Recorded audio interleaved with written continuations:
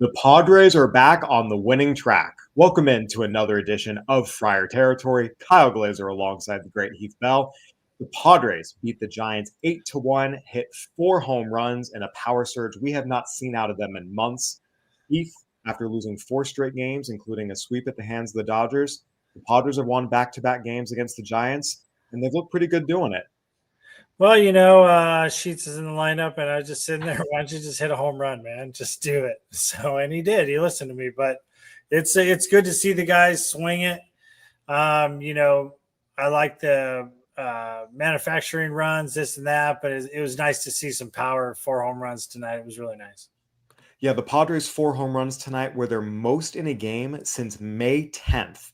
That was when they beat the Rockies 21-0 and hit 5 home runs.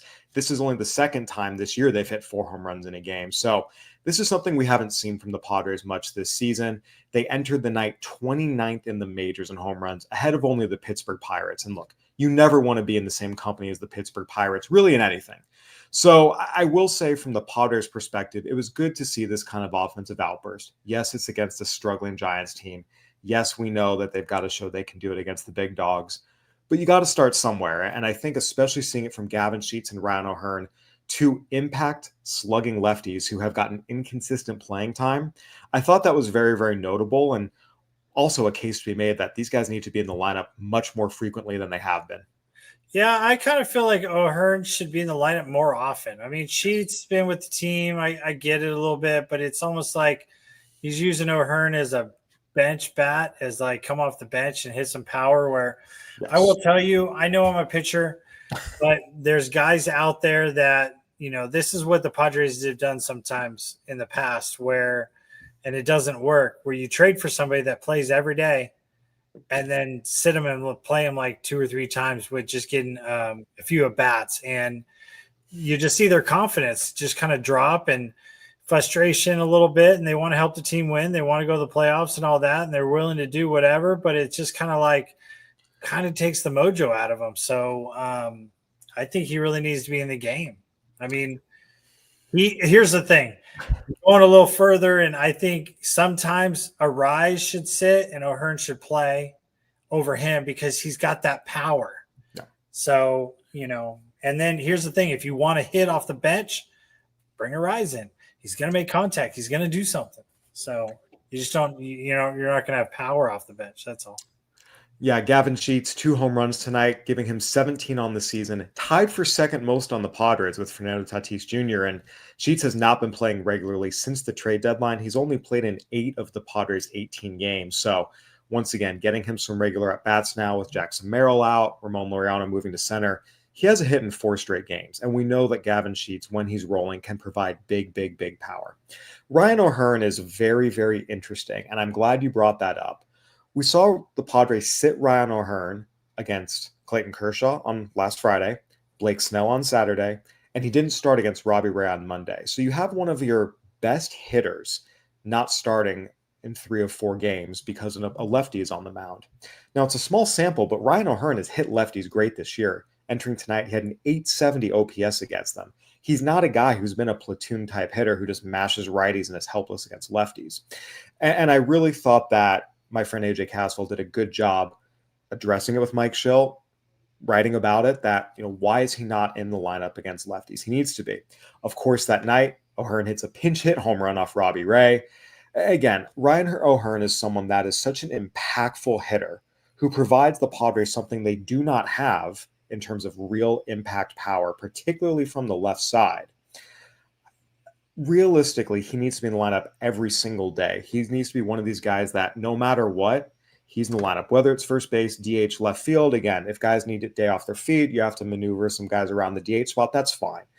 But the excuse that Schilt gave of, Nestor Cortez is a contact guy, and we want to have Bryce Johnson in the offense. No.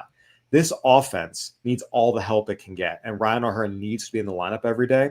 And to his credit, he's showing that. He has hits in 4 straight games, homered tonight, homered off Robbie Ray, a lefty on Monday. Realistically, I think moving forward, and this is going to be a test for Mike Schill, he needs to make the adjustment and say, yep, I was wrong. Ryan O'Hearn, you're in the lineup every day, period. End of discussion. Righty, lefty, doesn't matter. Yeah, I just kind of feel like that's a little too cybermetrics than knowing, hey, this is a ball player. Righties and lefties really well, Yeah. and he can launch one.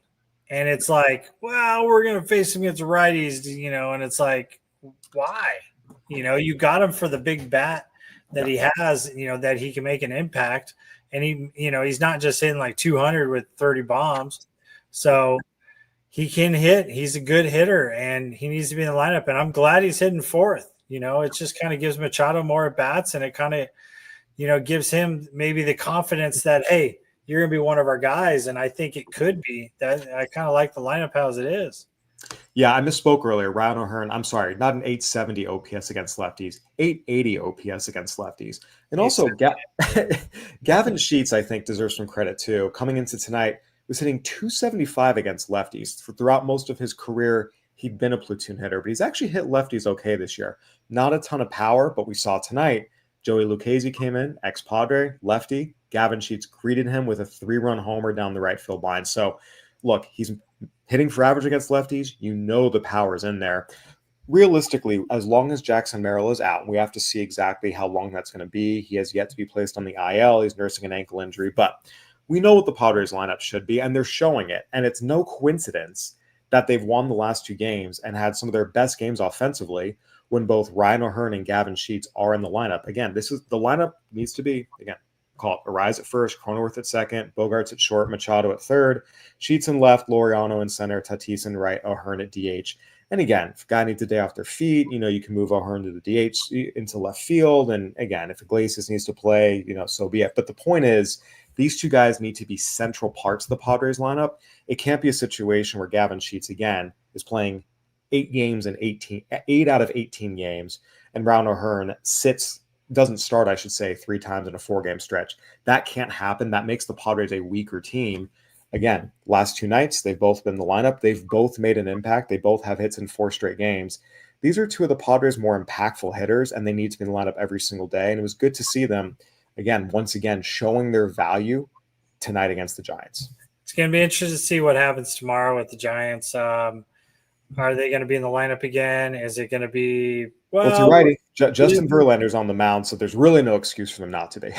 Yeah, but we're going to give them a day even though they're raking right now. It's like, just, whoever's hot, let them play.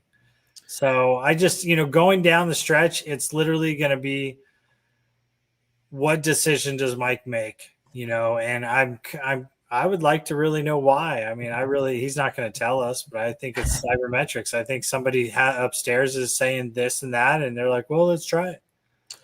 So, again, I think ultimately it's been about playing matchups, but realistically, these are the best hitters. They need to be in the lineup, righty, lefty, doesn't matter. And on top of it, again, like you said, Manny Machado, we saw him homer tonight, 4 home runs for the Padres. Again, this has been a power-starved team. I'm going to repeat it. They have not hit 4 home runs in a game since May 10th. It's been more than 3 months since they've done this. It's a good time to start doing it. And that was, again, their 21-0 win against the Rockies where they hit 5 home runs. So, again, this is a team that power is not their strength. This is a contact-oriented team. You don't want to see guys start dropping the back shoulder and just try and lift and pull everything. That's not the best version of the Padres. But you need more power production than they've been getting. And we see what the possibilities are, again, when Sheets and O'Hearn are in the lineup. This is the best version of the Padres offense, and that's why the Padres have won 2 straight and find themselves now just 1 game back of the Dodgers after just, frankly, looking completely incapable of doing anything offensively over the weekend. And even the series opener against the Giants, they only scored 3 runs. They had to come back. It wasn't looking good. I just think they were so riled up. They're in first place. It's the Dodgers. We're going to do this instead of, like I said, hey, let's just play. Let's just play the game. Let's just win every inning. Let's, forget about first place and all that. Forget about it's the Dodgers or whatnot. Just play the game. And they didn't do that. And they were all too hyped up. That's what I think happened. Well, they figured it out against the Giants. We have a lot more to talk about. They're getting their mojo back. That's all they're doing. So anyway, there's no question about it. Back-to-back wins. We've talked a lot about the offense. We need to talk about the pitching as well. We're going to take a quick break, hear a word from our sponsors, and dive right into JP Sears and Nick Pavetta's outings. The dog days of summer means MLB is fully heating up, and so is your shot to score big. Download the Pick 6 app for the easiest way to turn your baseball takes into actual cash. It's crazy simple. Just pick more or less on the stats for 2 or more of your favorite players, and boom, you're in the mix for big cash prizes. No gimmicks, no weird rules, and get this. All new Pick 6 customers will instantly get $50 in bonus picks on just a $5 entry. Download the DraftKings Pick 6 app right now and use code FOUL. That's code FOUL. New customers play $5 and get $50 in bonus picks instantly. Ride the upside, where a few bucks can turn into a bag. Only on DraftKings Pick 6. The crown is yours. Gambling problem? Call 1-800-GAMBLER. Help is available for problem gambling. Call 888-789-7777 or visit ccpg.org in Connecticut. Must be 18 and over. Age and eligibility restrictions vary by jurisdiction. Pick 6 not available everywhere, including New York and Ontario. Void where prohibited. 1 per new customer. Bonus awarded as non-withdrawable Pick 6 bonus picks that expire in 14 days. 8/24/25 at 11:59 p.m. Eastern Time. Terms at pick6.draftkings.com/promos. Welcome back to Friar Territory. Kyle Glaser alongside Heath Bell. All right, Heath, we talked a lot about the Padres' 4 home run outburst in their 8-1 win over the Giants tonight. But the other side of it is the efforts of J.P. Sears on the mound. Sears was part of the Mason Miller trade acquired from the A's. His first start with the Padres did not go well, got sent back down to AAA. Came up and delivered a very, very, very important 6-inning start. Really just, again, the kind of length we have not seen from Padres starters in a little bit. And that follows Nick Pavetta's 6 innings, 10 strikeout start on Tuesday. And one of the things that we talked a lot about during the Dodgers series is the Padres starting pitchers have not been going deep into games. They entered this series against the Giants 22nd in the majors in innings pitched from their starters. We saw Dylan Cease and Yu Darvish combine for 7 1/3 innings across their 2 starts against the Dodgers.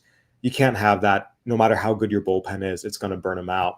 Seeing Pavetta, who's been a stopper all year, go out, throw 6 innings with 10 punch-outs, and J.P. Sears coming in and throwing 6 innings with only 1 run allowed after getting called up from AAA.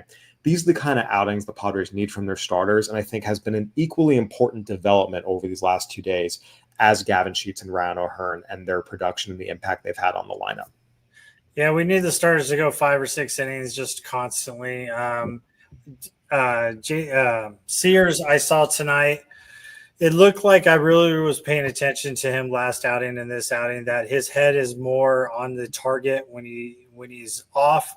His head's kind of down, tilted a little bit. Maybe they've worked with that with him. Yeah. Because his stuff's a little bit nasty. I mean, he's kind of like falling off the side. That's fine, but his head's on target a little bit better tonight. And Nick Pivetta, if you actually look at him, he's pitching basically like, I mean, he's not going to win the Cy Young, but he's the Padres Cy Young, Padres starter right now. I mean, he's number 1 with batting average, lowest batting average. And he's up there in pretty much every category in the top 10. So I think a lot of people look back at that Red Sox and it's just kind of like he was just too ramped up. And it's kind of what the Padres were ramped up with the Dodgers going into LA. So you just got to calm down, just pitch. And, Nick is starting to do that again. If Sears starts doing that, that's going to be great. And then if Dylan Cease, he had kind of a bad outing last time, but if he can settle down like he did a few outings ago, then gosh, that's going to be, we're going to be in really good shape coming in, with LA this weekend. Absolutely. Heath, I want to dive into this with you because you can speak to this. You were part of some great bullpens with Mike Adams, Scott Linebrick, and yourself and Trevor Hoffman. Best bullpen in baseball kind of groups. So very similar to what the Padres have now. But you still need your starters to go deep. As you know, over the course of a long season, and even in the postseason too, if you lean on your relievers too much, you're going to burn them out if they're having to throw, 5 times in 7 days over and over and over again. From your perspective, I mean, you can put this into really, I think, just the best way possible. How critical is it for the starters to go deep from the relievers' perspective? Well, for the starters, if they go 6 innings, you kind of feel like, okay, it's a breather and you only have to use, 2 or 3 guys. Yeah. It depends on the score. But I will tell you, in August, right before September, you need the starters to go 6, occasionally 7. So, you can give the bullpen a day rest or whatnot, especially, if the offense scores like this. A lot of guys are probably like, oh, we got a day off, Oh, in the middle of the game, that's what you talk about in the bullpen. Oh, we got a day off because September, those main guys are going to want to pitch every game and you're going to be ready for every game. But it gets taxing after a while. I'd say after 2 weeks of pitching all the time, you kind of like need a couple of days off, but you're never going to admit it. You're never going to say it. And the biggest thing is like when you go out and play catch, that we would just probably, we'd be in the training room, they'd stretch us all the time. And then we would probably go throw 10 to 20 throws, not even a long toss, and be like, all right, we'll be ready. We're saving our arms. And then during batting practice, I know they don't really shag anymore, but you wouldn't throw a ball in. You'd throw it left-handed or roll it in. But the biggest thing is when you feel like you have a starter, even if it's 0-0, and he goes 6 innings, you feel like the light is on. The pitching staff's going to do great. And it's like time for lights out. When when a starter goes like 4 or 5 and you're just struggling to get 5, you're kind of like, okay, we got to do it again. And it just gets taxing. It really does. Yeah, we certainly see that over the course of seasons. Bullpens that are leaned on a lot early, they run out of gas. And then we really see it in the postseason. We've seen some teams be super, super bullpen reliant. I think back to the 2018 Brewers, which that team essentially said, forget starters, we're going to have 2 of them and then try and ride the bullpen the whole way through. They were gassed by the end of the NLCS. And like you said, it takes really 2 weeks. If you do it for 2 weeks, you're going to be gassed and you're not going to get the best from your reliever. So again, after a series in which the Padres had to go with an opener in a bullpen game against the Dodgers, and then getting a combined 7 in the 3rd innings from Cease and Darvish, Nestor Cortez, to his credit, was able to pitch into the 6th on Monday, but gave up a 4 spot in the 1st inning, including 3 home runs, did not put the Padres in position to win. Having Pivetta and Sears go out and pitch like they did, 6 quality innings, especially when the Padres are in the midst of playing 13 straight days, it is just so critical. And I think something that now sets the team up really, really well moving into the series finale against the Giants. And of course, the upcoming series against the Dodgers. If Pivetta and Sears similarly struggled to get through 4 or 5, the Padres would have been in much worse position moving forward. Yeah, I mean, I remember back in 2007 when Jake Peavy won the Cy Young. Chris Young was just as dominant, and he probably was number 2 or number 3 in the Cy Young voting, where we had 2 guys. They didn't pitch back to back, but we knew they were going to go 6 or 7 innings, and it was like, okay, we got to do everything we can today to win. But he's going to start us off really good, and he's going to get us to the 7th inning or whatnot. And then you had some guys that just was like, okay, if he goes through 5, we're happy. It's like if we only have to go 4 innings, that's going to be a good day. So they set the tone, the starters. When you give up some runs in the 1st inning, it kind of sets the tone. Oh crap, the other team's going to start scoring runs, and you're playing catch up, this and that. Where if you can get, like C's today, 1st inning really good. 2nd inning got into some little trouble. Ruben went out there, talked to him, probably said, "Dude, get your head on point. Just stop being too nitpicky." 1st pitch, fly ball to 2nd base. It's over. And then he just kind of cruised on. Yeah, he gave up a solo home run, but who cares? So it's just kind of like you need to set the tone, and then the bullpen can finish that tone and then close out the game. And of course, he got some help from his defense in the 1st inning. Fernando Tatis Jr. going up, robbing Rafael Devers of a home run. Not even smiling. What was that all about? Hey, he's just in game mode. Let's go. He's nonchalant. He knows what he's capable of defensively. And I think it's really important to give Fernando Tatis Jr. a lot of credit. He went through some very, very serious offensive struggles this year, but he never carried it to the field with him. We see so many guys that they're struggling on one side of the ball, they take it with them to the other parts of their game. And Fernando Tatis Jr., whether he's been going well offensively or struggling offensively, he's been playing great defense no matter what. He had the great catch tonight. Oh, by the way, went 2 for 4 out of the leadoff spot. He very quietly is once again starting to contribute offensively. Again, he's not hitting big home runs like we've seen in the past, but had a leadoff double tonight, doing great things defensively, getting on base, scoring runs. He's doing a lot of the things you want to see out of leadoff spot, add in his great defense. Again, it just helps the entire team out. And also JP Sears, you mentioned that 2nd inning, bases loaded, to work his way out of that. It was really, really impressive. So you have great defensive plays, you have pitchers bearing down in big moments. That's a recipe for success. Well, Greg Max always said, get the first two guys out, and then if you want to play and give up some hits and a walk, that's perfect time to do it. And that's kind of what JP did tonight in the second inning. Get the first two guys out. All right, you want to give up a hit, walk some guys, that's the time to do it. Absolutely. Once again, a great outing by JP Sears. Lots of help. Manny Machado snagged a couple of hard line drives. Fernando Tatis Jr. with a great catch. 4 home runs by the offense. Really was one of the more complete games we've seen the Padres play. And frankly, that follows up a win on Tuesday night. That was also one of the better games they played in recent weeks, just in terms of finding the formula. Once again, that's successful for them. All right, Heath, before we get to the Dodgers series, there is one more game against the Giants to go, and a very, very key one with Dylan Cease facing Justin Verlander. We're going to take a quick break, hear a word from our sponsors, and break that one down. Okay, Kratz, I opened up Arena Club, put my own money in there, and I wasn't going to go big. I know we went over the Ruby pack a week ago. This time, I just went for the low-level pack, where it's an easy entry point, $25. You can get yourself a big boy card. The Grail has many good options.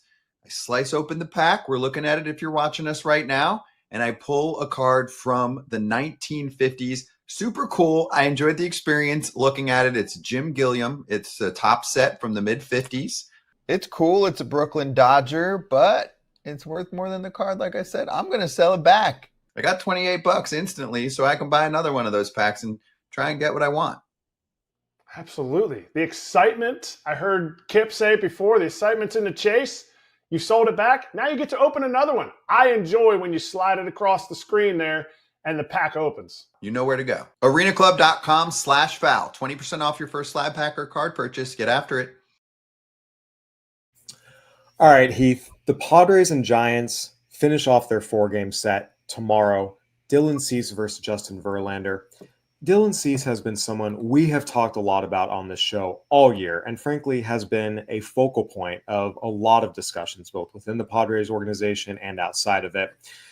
We have seen Dylan Cease, when he's right, pitch like the ace we know he can be, but he's been very inconsistent all season. And a big part of it is his home road split. At home at Petco Park, Dylan Cease is 5-3 with a 3.61 ERA. On the road, he's 0-8 with a 5.65 ERA. We saw him have 2 dominant home starts in his first 2 outings after the trade deadline.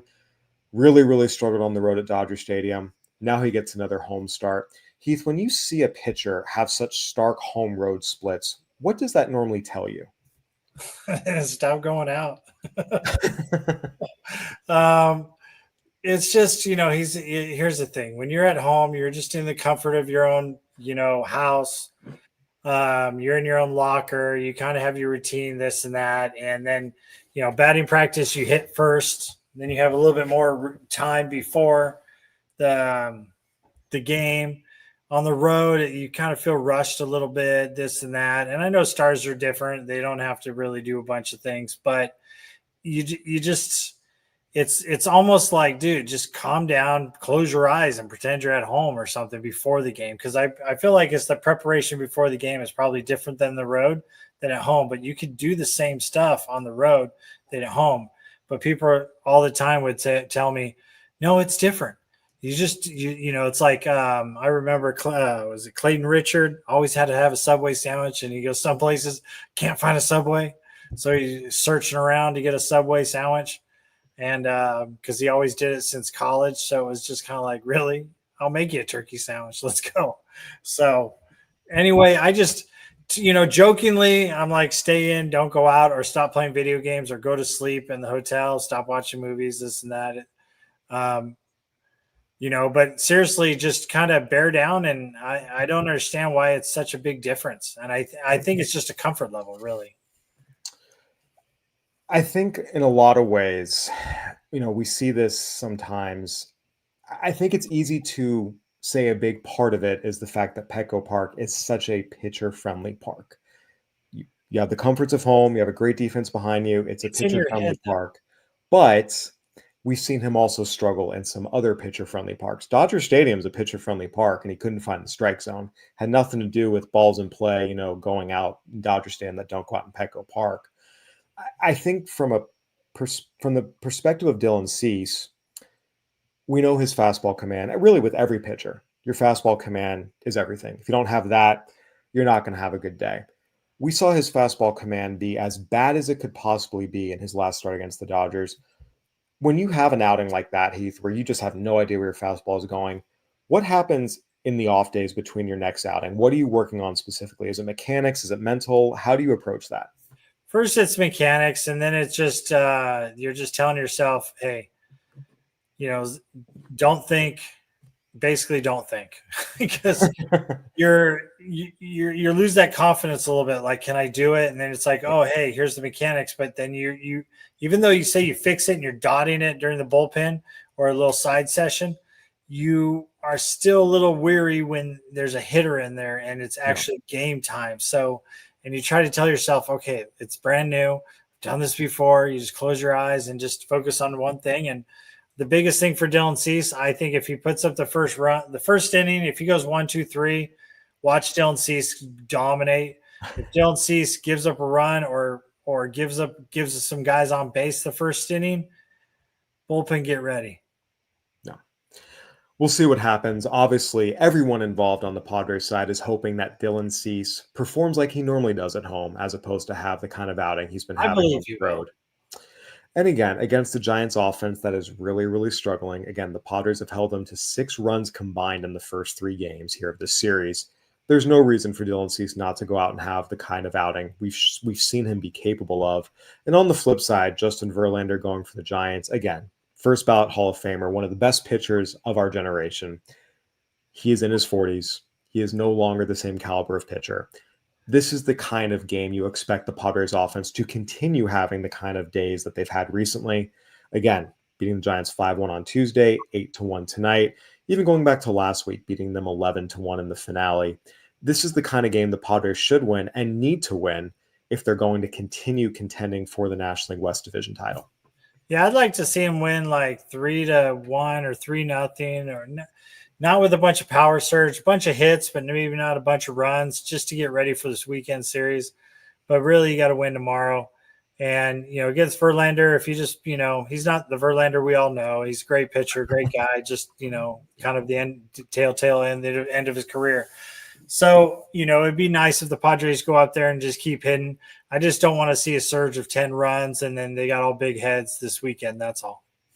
We will see what happens. And with that, Heath, the Dodgers lost to the Rockies tonight. They have dropped 2 of the first 3 against the Rockies this week. A very surprising outcome considering they swept the Padres.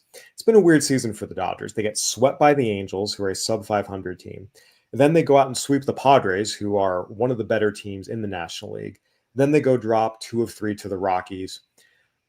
I think for the Dodgers, again, this is a situation where they keep letting the Padres back into it. Let's not forget the Dodgers were 9 games up on the Padres on the morning of July 4th, blew that lead entirely. The 10-game swing in 6 weeks, the Padres went up a game. The Dodgers took first place back, but now the Padres are only 1 game back of the Dodgers, and they've got 3 games coming up against them. Again, the Dodgers have had the Padres number this year. They are 8-2 against the Padres. At the same time, we know the Padres are a different team at home. Potentially, they could once again be tied for first place going into that series. I think right now, if you're the Padres and you see the standings, hey, we're only 1 game back of the Dodgers, they're coming up. It's important for them not to overlook this game against the Giants. It's also important for them to come out and just be in a better place than they were their last series against the Dodgers. That was as bad as they had looked really in months. Here's the thing. I know a lot of fans are going to hate me for this, but I feel like the Dodgers just have our number.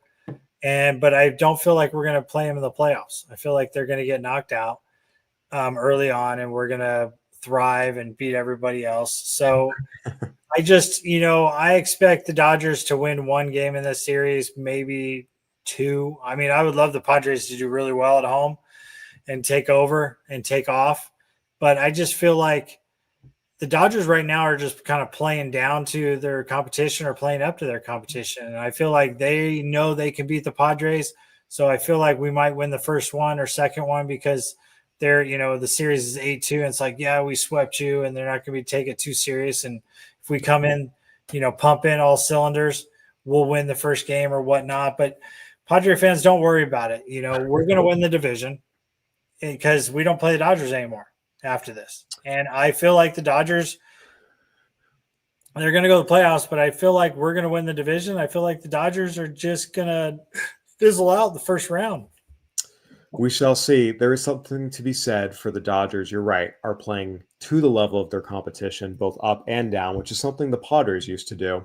The Padres do have a very, very easy slate in September, but again, they got to take care of business first against the Giants in the series finale. Then, of course, 3 games against the Dodgers. And oh, by the way, after that, they go up to Seattle for 3 against a red-hot Mariners team that is fighting for the American League West title as well. That's not going to be a cakewalk. So the Padres have to get through this stretch. Again, things were looking like they were going the wrong direction after they opened this stretch of 13 games in 13 days with 4 straight losses. The last 2 days have been encouraging. We'll see if they're able to keep it up. Heath, any final thoughts before we wrap up here? No, just keep pulling the throttle and don't worry about it's the Dodgers. Just play baseball. You're gonna win anyway, so just play baseball. Don't try to win the division. Just play baseball, and you'll end up winning the division, boys. We shall see. Before we go, I want to let everyone know some exciting news. We have merch, friarterritoryshop.com. Check it out. We've got hoodies, we've got t-shirts, we've got hats, we've got folders, we've got cups, anything and everything you could ever want. Make sure and check it out. friarterritoryshop.com. We got cool bags. It's all there. I mean, Heath, I don't know about you, but I'm sure you're getting an order in pretty soon. Oh, yeah. I feel like I'm going to get probably a shirt, that sweatshirt, maybe a bag. You never know. Yeah, definitely everyone go check it out. And once again, go ahead and hit that subscribe button, like YouTube, Apple, Spotify, whatever platform you're watching and listening on. Let us know, 5 stars, leave us a comment, all the good stuff. We love hearing from you. We love talking to you, and we're going to keep on going just like the Padres. For Heath Bell, I'm Kyle Glaser. Thank you for watching, listening. We'll see you later this week. See you guys.